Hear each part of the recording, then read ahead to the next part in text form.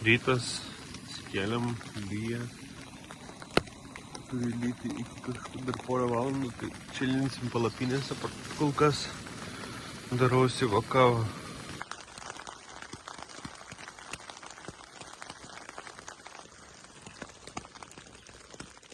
Reikia grikių pasidaryti, man tokius greit paruošiamus naudoju, su tūnu.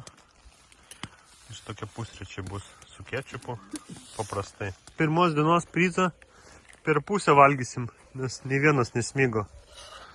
Biškį pakuojamės, palapinė šlapios, tai kažkaip tai bandom, kad jos pradžiūtų, šiaip norim per valandą kažkur tai viską pabaigti susidėti ir išvažiuoti.